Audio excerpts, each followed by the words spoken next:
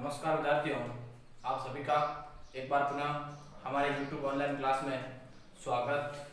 साथियों, आज का जो अपना टॉपिक रहेगा वो रहेगा ब्लड सर्कुलेटरी सिस्टम अर्थात रक्त परिसंचरण तंत्र के बारे में। इसके बारे में अपन जानकारी प्राप्त करेंगे। इसको बहुत ही अच्छी तरह से पढ़ेंगे, समझेंगे कि ये शरीर के अंदर क्या होता है, कौन कौन सी क्रियाओं को पूर्ण करता है। इससे पहले के वीडियो के अंदर अपन ने पढ़ा था रक्त के बारे में, और आज पढ़ते हैं अपन इस परिसंचरण तंत्र के बारे में। तो सबसे पहले मैं इसके परिभाषा की बात करूं तो मनुष्यों या कोई अन्य जीव जंतुओं के शरीर के भीतर पदार्थों के परिवहन के लिए एक प्रकार का पूर्ण सुविकसित तंत्र पाया जाता है। उस तंत्र को अपन क्या कहते हैं? परिसंचरण तंत्र कहते हैं। अगर मैं इसकी थोड़ी सी पहले इसकी परिभाषा की बात करते हैं, जीव जंतुओं के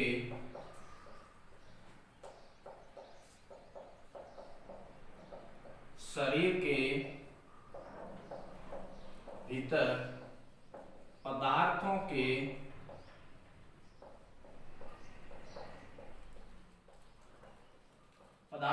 परिवहन के लिए एक सुविकसित तंत्र पाया जाता है, और इस तंत्र को अपन क्या कहते हैं? परिसंचरण तंत्र कहते हैं। पदार्थ का मतलब है शरीर के अंदर प्रत्येक कोशिका को ऑक्सीजन की आपूर्ति आवश्यकता होती है, भोजन की आवश्यकता होती है, प्रोटीन और भी कई प्रकार के हार्मोन्स है। तो उन सभी का परिवहन किसके माध्यम से किया जाता है? इस रक्त के माध्यम से किया जाता है। देखिए विद्यार्थियों, जो परिसंचरण तंत्र है वो दो प्रकार से होता है। एक तो है खुला परिसंचरण तंत्र और दूसरा है बंद परिसंचरण तंत्र। तो पहले अपन बात करते हैं खुला परिसंचरण तंत्र क्या होता है। ऐसा परिसंचरण तंत्र जिसमें रक्त है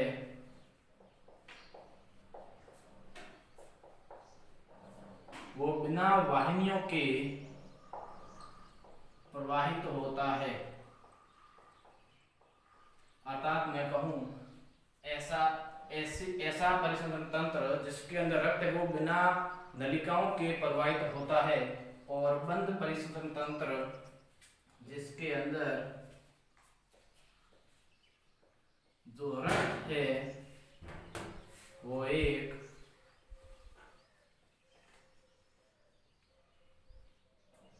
बंद नलिकाओं में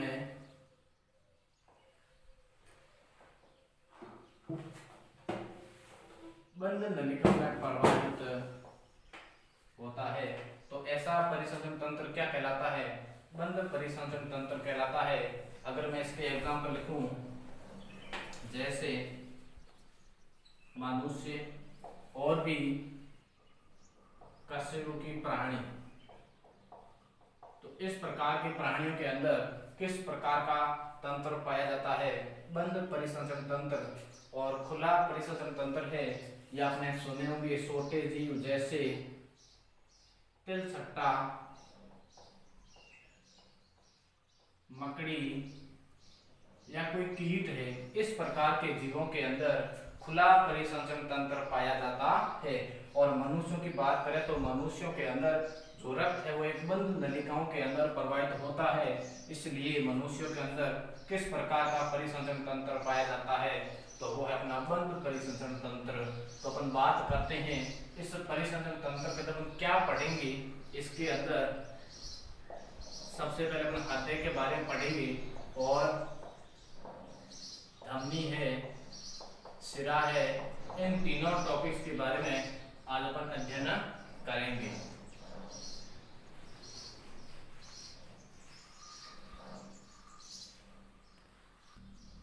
तो अपन बात करते हैं मानव परिसंचरण तंत्र के बारे में। सबसे पहले मानव के अंदर परिसंचरण तंत्र की खोज किसने की थी? एक वैज्ञानिक जिसने 1628 में, जिसका नाम था विलियम हार्वे। इस विलियम हार्वे नामक वैज्ञानिक ने 1628 के अंदर रक्त परिसंचरण तंत्र की खोज की थी।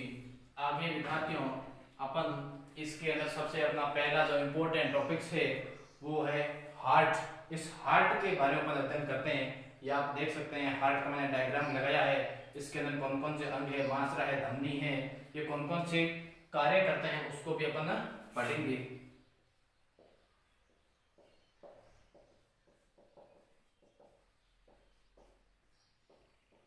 तो ये है अपना हार्ट। देखिए विद्यार्थियों, हार्ट है वो अपने शरीर की एक कोमल मांसपेशियों से बनी एक बंद मुट्ठी के आकार की संरचना है जो पसलियों के बीच में स्थित फेफड़ों के बीच में या फेफड़ों के मध्य भाग में पाया जाता है। तो सबसे पहले मैं इसके अंदर लिखता हूं, यह कोमल मांसल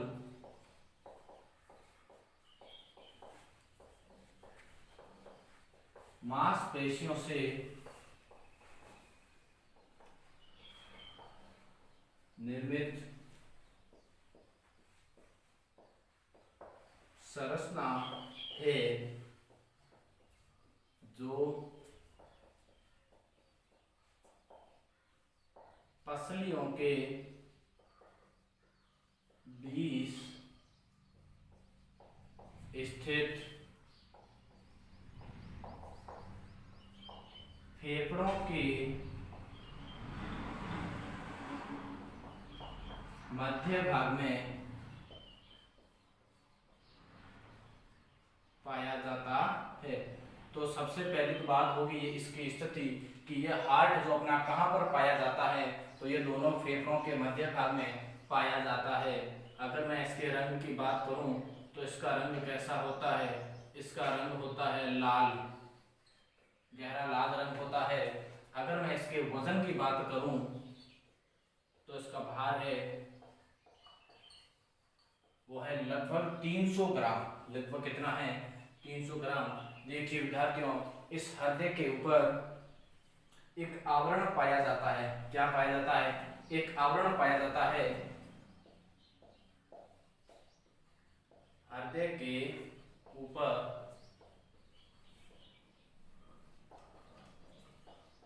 एक आवरण पाया जाता है जिसे अपन क्या कहते हैं? जिसे हृदयावरण कहते हैं। इसके ऊपर पाए जाने वाले आवरण को क्या कहते हैं? हृदयावरण कहते हैं, जो हृदय की बाह्य आघातों से क्या करता है? सुरक्षा करता है। बाह्य आघातों या फिर शोर से हृदय को सुरक्षा प्रदान करता है। कौन करता है? यह हृदय आवरण। ठीक है विद्यार्थियों, फिर आगे बात करते हैं कि मानव का जो हृदय होता है वो 4 कोष्ठों के अंदर बंटा हुआ होता है। आप देख सकते हैं दायां आलिंद है, दायां निलय है, 2 कोष्ठ उधर के, बायां आलिंद है और बायां निलय। तो मनुष्य का जो हृदय है वह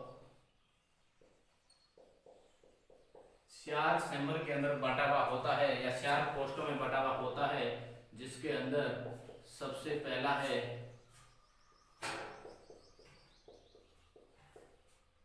दायां आलिंद और दायां निलय। ये दायां आलिंद और ये अपना दायां निलय। फिर आगे बात करते हैं बायां आलिंद और बायां निलय के बारे में।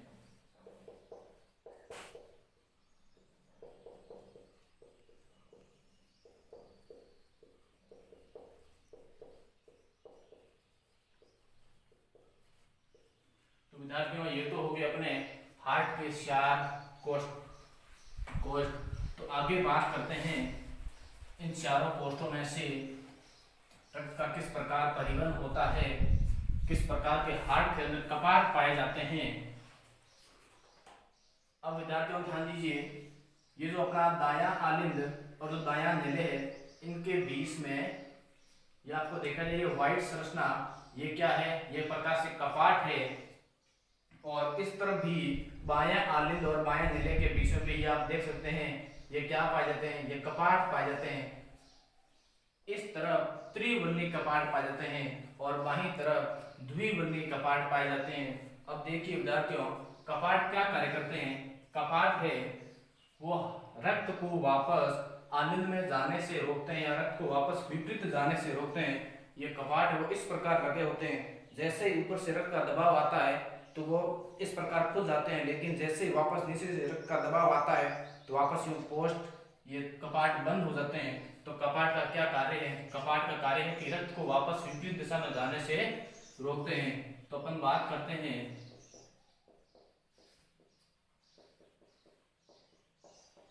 दायां आलिंद एवं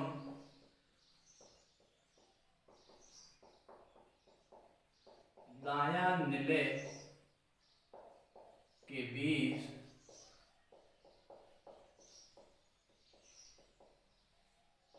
त्रिवर्णी कपाट पाए जाते हैं एवं बायां आलिंद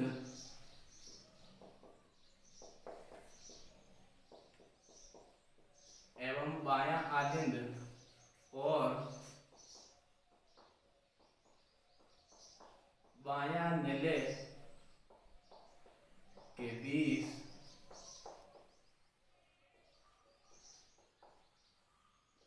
द्विवर्णी कपाट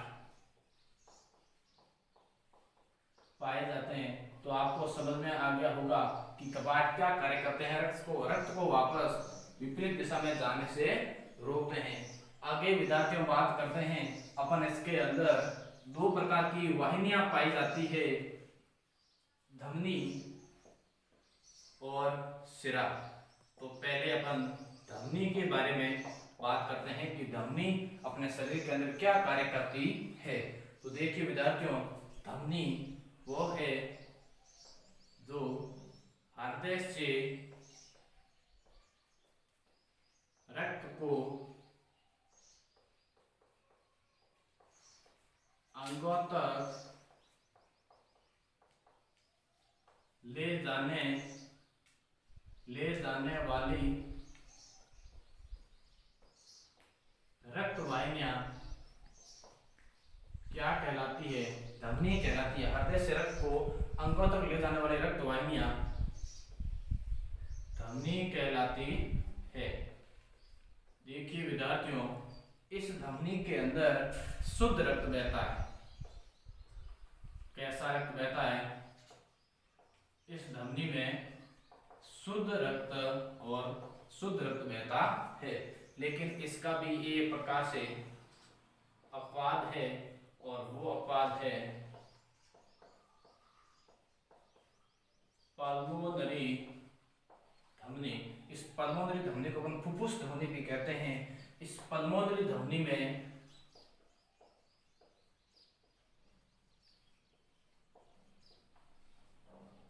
अशुद्ध रक्त बहता है। क्या आप जानते हो कि शुद्ध रक्त और अशुद्ध रक्त क्या होता है? शुद्ध रक्त ऐसा रक्त जिसके अंदर ऑक्सीजन की मात्रा ज्यादा हो, O2 की मात्रा क्या हो, ज्यादा हो, ऐसा रक्त क्या कहलाता है? शुद्ध रक्त। और अगर मैं बात करूं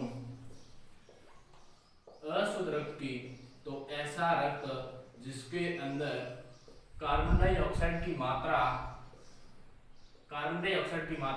ज्यादा हो, जिसके अंदर ऑक्सीजन की मात्रा ज्यादा, वो तो अपना शुद्ध रक्त। और जिसके अंदर CO2 की मात्रा या कार्बन डाइऑक्साइड की मात्रा ज्यादा, वो अपना अशुद्ध रक्त। तो अपन ने बात की पल्मोनरी धमनी के बारे में। इसके अंदर कैसा रक्त बहता है? इसके अंदर अशुद्ध रक्त बहता है। और इस पल्मोनरी धमनी का कार्य क्या है? ये कार्य है, इस पल्मोनरी धमनी का कार्य पल्मोनरी धमनी का कार्य है, ये आप देख सकते हैं, ये फुफ्फुस ध्वनि या पल्मोनरी धमनी एक ही है। ये क्या करती है, दाएं नेले से रक्त को फेफड़ों के अंदर पहुंचाती है। ध्यान दीजिए, ये रक्त को कहां से कहां तक पहुंचाती है, दाया नेले से रक्त को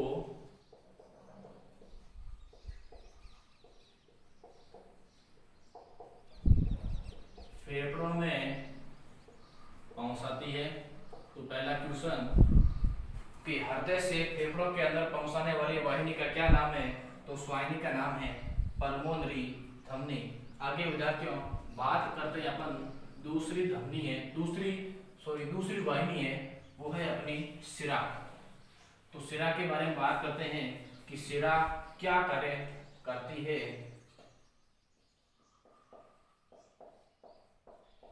शिरा, देखिए विद्यार्थियों, जो शिरा है यह अंगों से रक्त को हृदय में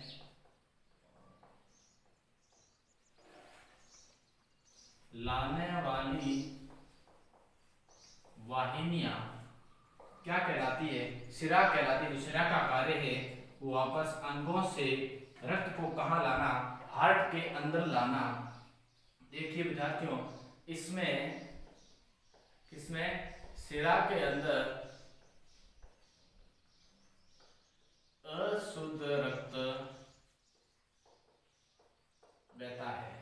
शिरा के अंदर कैसा रक्त बहता है, शिरा के अंदर अशुद्ध रक्त बहता है। लेकिन इस शिरा का भी एक अपवाद है, वही पल्मोनरी शिरा। इस पल्मोनरी शिरा को अपन फुफ्फुस शिरा भी कहते हैं। इस पल्मोनरी शिरा में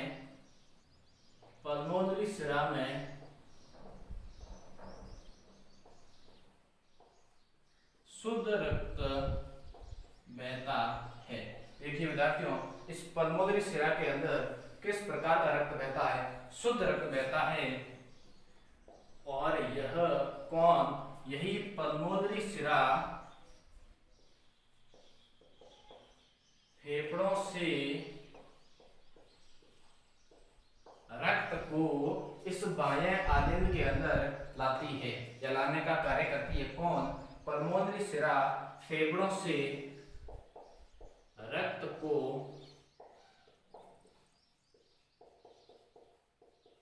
बाह्य आलिंद में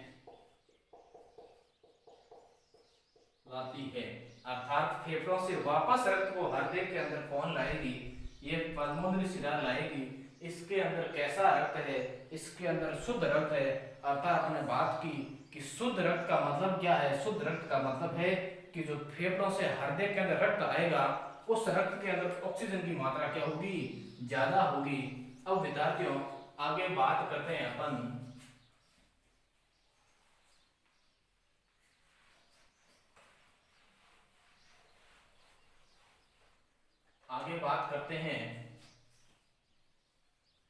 इस हार्ट के अंदर।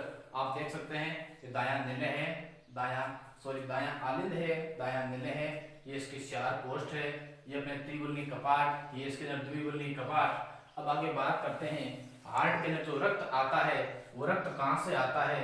हार्ट के अंदर रक्त माना की शुरुआत करें कि बायां आलिंद के अंदर रक्त आता है। रक्त कहाँ आता है, बायां आलिंद के अंदर। और बाएं आलिंद से रक्त कहाँ पर आता है, बाएं आलिंद से। ध्यान से देखना, इस बाएं आलिंद से रक्त आता है बायां निलय के अंदर। और बाएं निलय से रक्त कहाँ जाता है, बाएं निलय से रक्त जाता है महाधमनियों के द्वारा शरीर के अंगों में। तो एक बार अपन रक्त का क्रम देख लें।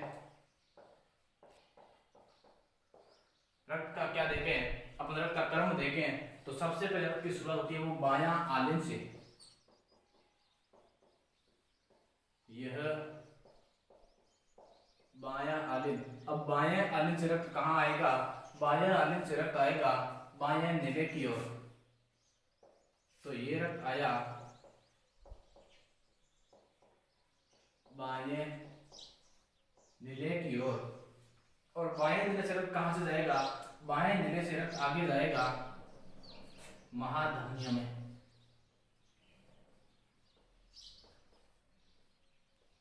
महाधमनियों से जो अपना रक्त है वो छोटी छोटी धमनियों में प्रवाहित होगा। तो मैं कह सकता हूं कि महाधमनियों से रक्त है वो छोटी छोटी धमनियों में चला जाएगा। इसके बाद जो अपना रक्त है वो कहाँ जाएगा, अंगों में जाएगा। अंगों में, या तो मैं कहता हूँ रक्त है वो कहाँ जाएगा, कोशिका में। उसके बाद रक्त अपना अशुद्ध हो जाएगा और इस अशुद्ध रक्त को वापस कौन लाएगा, इस अशुद्ध रक्त को वापस लाएगा अपना शिरा। शिराएं एकत्रित करके इस रक्त को कहाँ डालती है, महाशिरा के अंदर। अब यहाँ पर समझने वाली बात है कि ये देखिए, ये आपके सामने महाशिरा है। कौन सी महाशिरा है, यह महाशिरा है। और यह महाशिरा इस रक्त को कहाँ पर लाके डालती है, ये कौन सा कोष्ठ है, ये कोष्ठ है दायां आलिंद। तो रक्त है वो शरीर के अंदर घूम के वापस महाशिरा के माध्यम से कहाँ पर पहुंचा, इस दाएं आलिंद के अंदर। तो ये महाशिरा के माध्यम से रक्त है वो दाएं आलिंद के अंदर पहुंच गया। आगे देखिए विद्यार्थियों, अभी तो कर्म है वो पूरा नहीं हुआ है। इस दाएं आलिंद से रक्त कहाँ आएगा, इस दाएं आलिंद से रक्त आएगा दाएं नीले के अंदर।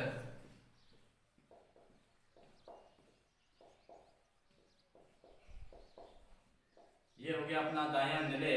अब विद्यार्थियों ध्यान दीजिए, ये जो दायां नीले है, इस दाएं नीले से रक्त कहाँ जाएगा, इस दाएं नीले से रक्त है वो अपना फुफ्फुस धमनी के माध्यम से, अभी अपने जो पढ़ा था पल्मोनरी धमनी, तो इस फुफ्फुस धमनी के माध्यम से रक्त कहाँ जाएगा, रक्त जाएगा फेफड़ों के अंदर।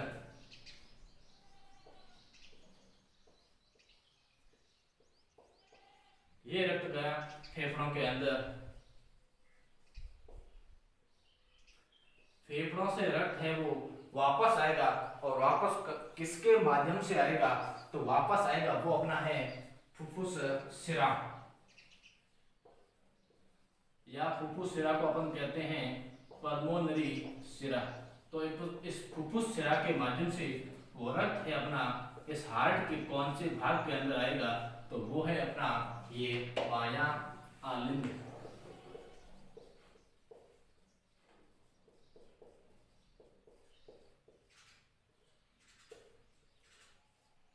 ये बायां आलिंद, और जहां से अपने शुरुआत की थी वो भी अपना बायां आलिंद। इसके बाद में यही क्रम दोबारा चलता रहेगा, अर्थात जो अपना रक्त का क्रम है वो शरीर के अंदर इस प्रकार से है।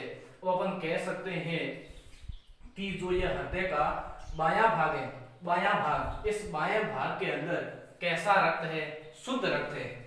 इस बाएं भाग के अंदर कैसा रक्त है, शुद्ध रक्त है, क्योंकि ऊपर कहां से आ रहा है, फुफ्फुस शिरा के माध्यम से फेफड़ों से रक्त आ रहा है, अर्थात फेफड़ों से रक्त आ रहा है, इसका मतलब रक्त कैसा है, शुद्ध रक्त है। अर्थात मैं कह सकता हूं कि जो शुद्ध रक्त है वह हृदय के कौन से भाग में पाया जाता है, बाएं भाग में। और जो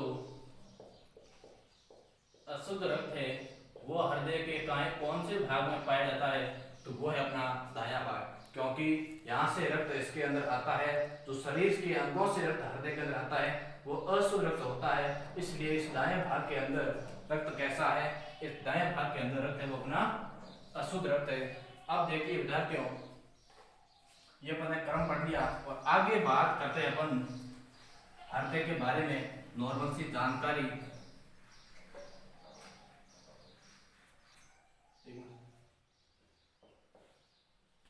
अब देखिए विद्यार्थियों,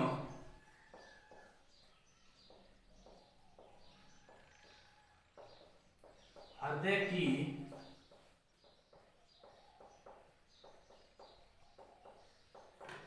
की मांसपेशियों को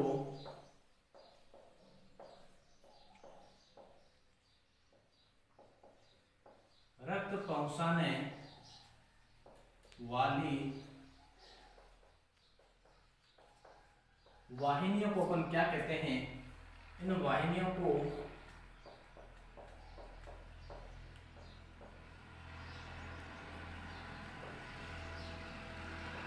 कोरोनरी धमनी कहते हैं। क्या कहते हैं? कोरोनरी।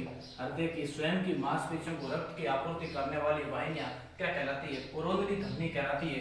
और इससे इस कोरोनरी धमनी में किसी कारणवश रक्त के रुकावट के कारण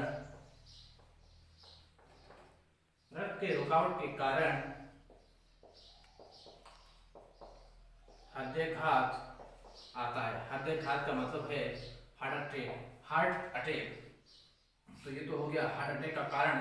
फिर विद्यार्थियों बात करते हैं जो नव और डबल की ध्वनि आती है हृदय के अंदर, लव और डब की ध्वनि वो किसके कारण आती है? वो जो ये कपाट दिखाई दे रहे हैं आपको, त्रिवलनी कपाट और द्विवलनी कपाट, इन कपाट के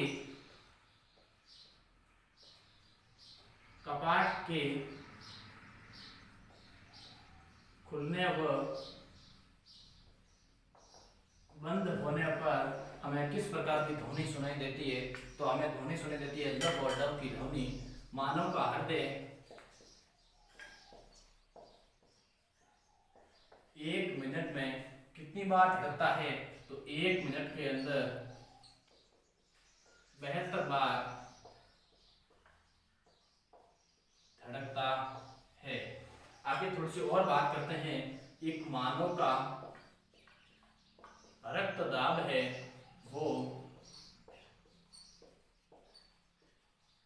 120/80 मिलीमीटर मरकरी होता है।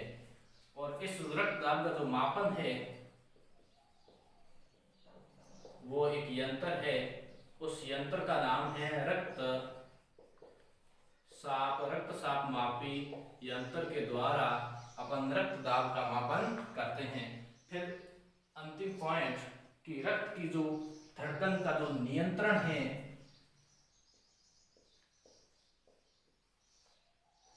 हृदय धड़कन का नियंत्रण शरीर में 2 प्रकार के हार्मोन हैं।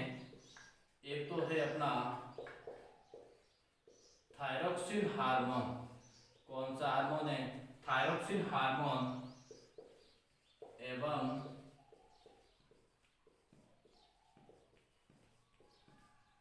Adrenaline hormone. थायरोक्सिन हार्मोन का स्राव थायराइड ग्रंथि के द्वारा और एड्रीनलिन हार्मोन का स्राव अधिवर्ग या एड्रीनल ग्रंथि के द्वारा किया जाता है। और ये जो हार्मोन है ये हृदय धड़कन का नियंत्रण करते हैं। तो साथियों आज अपन इस हार्ट की पूरी जानकारी के बारे में पढ़ा। थैंक्स।